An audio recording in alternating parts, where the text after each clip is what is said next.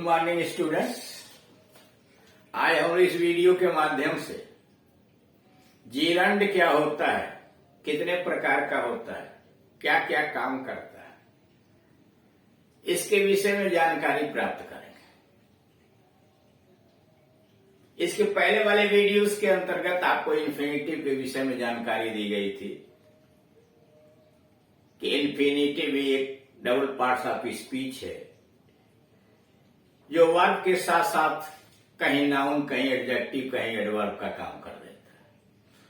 ठीक उसी प्रकार से जीरंड भी है जो क्रिया के फर्स्ट फॉर्म में आईएनजी जोड़ करके बनता है। हिंदी अर्थ निकालने पर ना, ने, नी उसके अंत में जुड़ जाता है और काम भी नाउन का करता है। किसी क्रिया का सब्जेक्ट बन जाता है, किसी क्रिया का ऑब्जेक्ट बन जाता है। आर्याद जिसके विषय में यहां जानकारी आपको दी गई है कि कैसे बनता है, कैसे पहचानते हैं और इसके काम क्या क्या हैं। जैसे यहां दिया है non finite forms of the verb the gerund. Infinitive की तरह जीरंड भी non finite form of the verb होता है। जैसे infinitive non finite forms of the verb है, ठीक उसी प्रकार से जीरंड भी non finite form of the verb होता है, पार्टिसिपल। और इन्फिनिटिव की तरह यह भी डबल पार्ट्स ऑफ स्पीच है। यानी जैसे इन्फिनिटिव और participle double parts of speech कहलाता है, जीरंड भी डबल पार्ट्स ऑफ स्पीच है, क्योंकि जीरंड भी वर्ब से बनता है और नाउन का कार्य करता है। यानी दो काम करता है, एक तो वर्ब है, वर्ब से बनता है तो वर्ब का काम करेगा और साथ ही साथ नाउन का काम करता है। क्योंकि दो काम करता है इसीलिए इसे डबल पार्ट्स ऑफ स्पीच या नॉन फाइनाइट वर्ब कहते हैं। वर्ब के फर्स्ट फॉर्म में आईएनजी जोड़ने से जीरंड बनता है तथा इसके हिंदी अनुवाद में ना, ने, नी आता है। यानी जैसे गो में आईएनजी जोड़ दिया आपने, गोइंग हो गया। और जब हिंदी निकालेंगे तो ना, ने, नी आएगा। जैसे पहाड़ पर चढ़ना, क्लाइंबिंग अप द माउंटेन, तो क्लाइंबिंग चढ़ना, क्लाइंबिंग आईएनजी जुड़ा हुआ। वॉकिंग इज यूजफुल, टहलना बहुत लाभदायक होता है। वॉकिंग इज यूजफुल, इसमें वॉक में देख रहे हैं आईएनजी जुड़ा हुआ है, वॉकिंग वाला। सीइंग इज बिलीविंग, ये दोनों जीरंड है। सीइंग भी है और बिलीविंग है, देखना ही विश्वास करना है। आप बिलीव में आईएनजी जुड़ा हुआ, सी में आईएनजी जुड़ा हुआ, तीनों क्रियाएं मिलकर के सेंटेंस का निर्माण कर रही हैं। ये दोनों जीरंड है। प्लीज स्टॉप राइटिंग नाउ, कृपया अब लिखना बंद कर दीजिए। अब यहां क्या है, कृपया लिखना बंद कीजिए। परिभाषा, जीरंड क्रिया का वह रूप होता है जिसके अंत में आईएनजी जुड़ा हो। यानी जीरंड क्रिया का वह रूप होता है जिसके लास्ट में, जिसके अंत में आईएनजी जुड़ा हो और जो नाउन तथा वर्ब का काम करे। यानी जिसके अंत में आईएनजी जोड़ के बनाया जाए और नाउन और वर्ब का काम करे।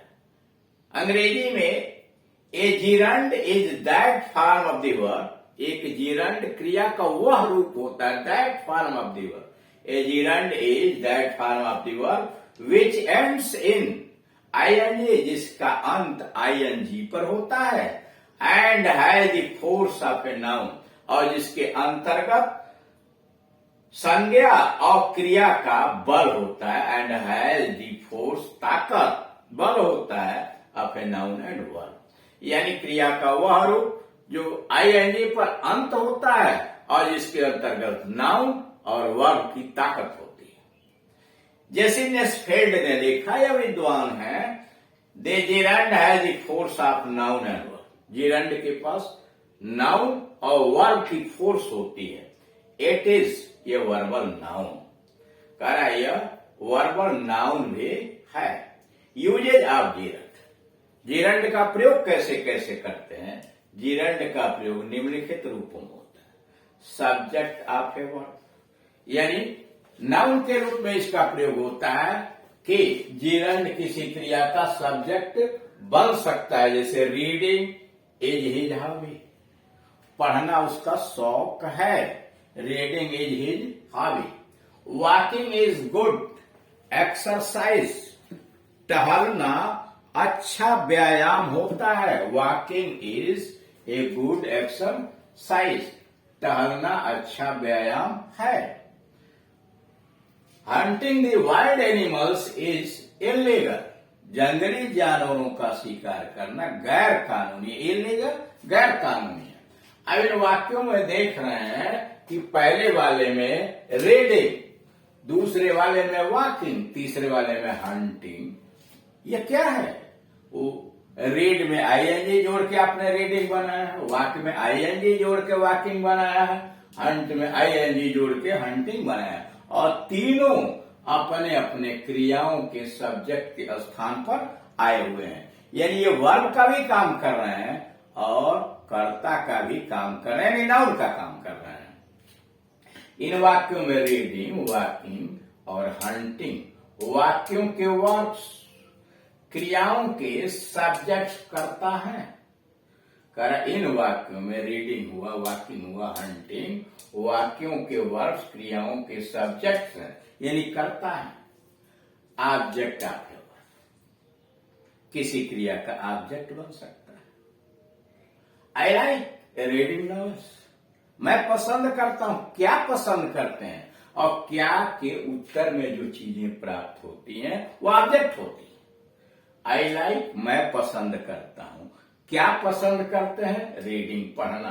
क्या पढ़ना पसंद करते हैं? नॉवेल्स। यहां ध्यान दीजिए, लाइक में जब आपने क्या लगाकर प्रश्न किया तो उत्तर मिला रीडिंग, रीडिंग लाइक का ऑब्जेक्ट है। फिर रीडिंग में आपने क्या लगाकर प्रश्न किया, क्या पढ़ना पसंद करते हैं, तो नॉवेल्स, यानी नॉवेल्स रीडिंग का ऑब्जेक्ट है। यानी यह जिरन ट्रांजिटिव वर्ब का भी काम कर रही है, यानी नॉवेल रीडिंग का ऑब्जेक्ट है और रीडिंग लाइक का ऑब्जेक्ट है। स्टॉप राइटिंग नाउ, अब लिखना बंद करो। Stop writing now. He hates telling lies, वह घृणा करता है। किससे घृणा करता है? टेलिंग लाइज, झूठ बोलने से। तो टेलिंग क्या है? जिरंड है। द माइजर हेटेड स्पेंडिंग मनी, कंजूस धन खर्च करने से घृणा करता था। द माइजर हेटेड स्पेंडिंग मनी, कंजूस रुपए खर्च करने से घृणा करता। माई ब्रदर टाट मी स्विमिंग, इस वाक्य में देख रहे हैं माई ब्रदर, मेरे भाई ने, टाट सिखलाया। माई ब्रदर टाट, मेरे भाई ने सिखलाया। क्या सिखलाया? मी स्विमिंग, तैरना सिखलाया। स्विम में आईएनजी जोड़ दिया और काम इससे क्या लिया? टाट के ऑब्जेक्ट के रूप में। इन वाक्यों में रीडिंग, राइटिंग, टेलिंग, स्पेंडिंग और स्विमिंग वाक्यों की वर्ब्स, क्रियाओं लाइक, स्टॉप, हेट्स, हेटेड और टाट के ऑब्जेक्ट है, यानी कर्म है। कह रहा है इन वाक्यों में रीडिंग है, राइटिंग है, टेलिंग है, स्पेंडिंग है और स्विमिंग वाक्यों की वर्ब्स, क्रियाओं लाइक, स्टॉप, हेट्स, हेटेड और टाट के ऑब्जेक्ट यानी कर्म की तरह प्रयोग किए गए हैं। तीसरा प्रयोग होता है कॉम्प्लीमेंट ऑफ ए वर्ब, किसी क्रिया का पूरक के रूप में complement of a verb. Seeing is believing, देखना ही विश्वास करना। इस वाक्य पर ध्यान दीजिए, सीइंग भी जिरंड है, सी में आईएनजी लगा करके जोड़ा गया है। एज क्रिया और बिलीविंग भी जिरंड है। सीइंग इज का कर्ता के रूप में आया है और बिलीविंग इज के कॉम्प्लीमेंट के रूप में आया है, यानी पूरक के रूप में आया हुआ है। डूइंग इज लर्निंग, यहां भी देखो तीन ही क्रिया है। डू में आईएनजी जोड़ा तो डूइंग जिरंड है, इज क्रिया का सब्जेक्ट है और लर्निंग क्या है? इज क्रिया का कॉम्प्लीमेंट है। डूइंग इज लर्निंग, करना ही सीखना है। My hobby is collecting stamps. My hobby is, मेरा शौक है, क्या शौक है? कलेक्टिंग इकट्ठा करना। और कलेक्टिंग क्या है? इज का कॉम्प्लीमेंट है collecting stamps. What I hate most, सबसे अधिक जो मैं घृणा करता हूं। व्हाट आई हेट मोस्ट, सबसे अधिक जो मैं घृणा करता हूं। इज स्मोकिंग, वह धूम्रपान करना है। यहाँ स्मोकिंग क्या कर रहा है? ये स्मोक में आईएनजी लगा के बना हुआ है और इज क्रिया का कॉम्प्लीमेंट है। नंबर 5, प्रेजिंग ऑल एलाइक, सभी का एक तरह से प्रशंसा करना। प्रेजिंग ऑल एलाइक यानी दुनिया में सभी लोगों का एक ही प्रकार से प्रशंसा करना, यानी एक तरह का प्रशंसा करना। एज प्रेजिंग नन, किसी की प्रशंसा नहीं करना है। कह रहा है प्रेजिंग ऑल एलाइक, सभी का एक तरह से प्रशंसा करना। एज प्रेजिंग नन, किसी की प्रशंसा करना नहीं होता है। इन वाक्यों में बिलीविंग, लर्निंग, करेक्टिंग, स्मोकिंग और प्रेजिंग का प्रयोग वाक्यों की वर्ब्स के पूरक कॉम्प्लीमेंट की तरह हुआ है। इन वाक्यों में बिलीविंग है, लर्निंग है, कलेक्टिंग है, स्मोकिंग और प्रेजिंग का प्रयोग वाक्यों की वर्ब्स के पूरक यानी कॉम्प्लीमेंट की तरह से हुआ है। नंबर 4 का ऑब्जेक्ट ऑफ ए प्रीपोजिशन, यानी जिरन किसी प्रीपोजिशन के ऑब्जेक्ट के स्थान पर भी आता है। ऑब्जेक्ट ऑफ ए प्रीपोजिशन, पहला वाक्य है I am tired of waiting, मैं इंतजार से थक चुका हूं। I am tired of waiting, इसमें वेटिंग आप प्रीपोजिशन के द्वारा गवर्न किया गया है। दूसरा वाक्य he is fond of reading novels, इस वाक्य में रीडिंग जीरंड है और आप प्रीपोजिशन का ऑब्जेक्ट है, यानी इसमें क्रिया का ऑब्जेक्ट नहीं है बल्कि आप प्रीपोजिशन का ऑब्जेक्ट है। तीसरा है she was punished for telling a lie, उसे झूठ बोलने के लिए सजा मिली। फॉर टेलिंग ए लाई, इसमें टेलिंग जो है फॉर क्रिया का या फॉर प्रीपोजिशन का ऑब्जेक्ट है। तो इस प्रकार से आपने इस वीडियोस के अंतर्गत देखा कि जीरंड क्या होता है। जीरंड किसी भी क्रिया के फर्स्ट फॉर्म में आईएनजी लगा करके बनता है और जब इसकी हिंदी हम निकालते हैं तो इसके क्रिया के अंत में ना, ने, नी जुड़ जाता है। चूंकि ये वर्ब से बनता है तो वर्ब का काम करेगा ही करेगा और नाउन का भी काम करता है। चूंकि यह जीरंड जो है वर्ब के साथ साथ नाउन का काम करता है, दो काम करता है, इसीलिए इसे डबल पार्ट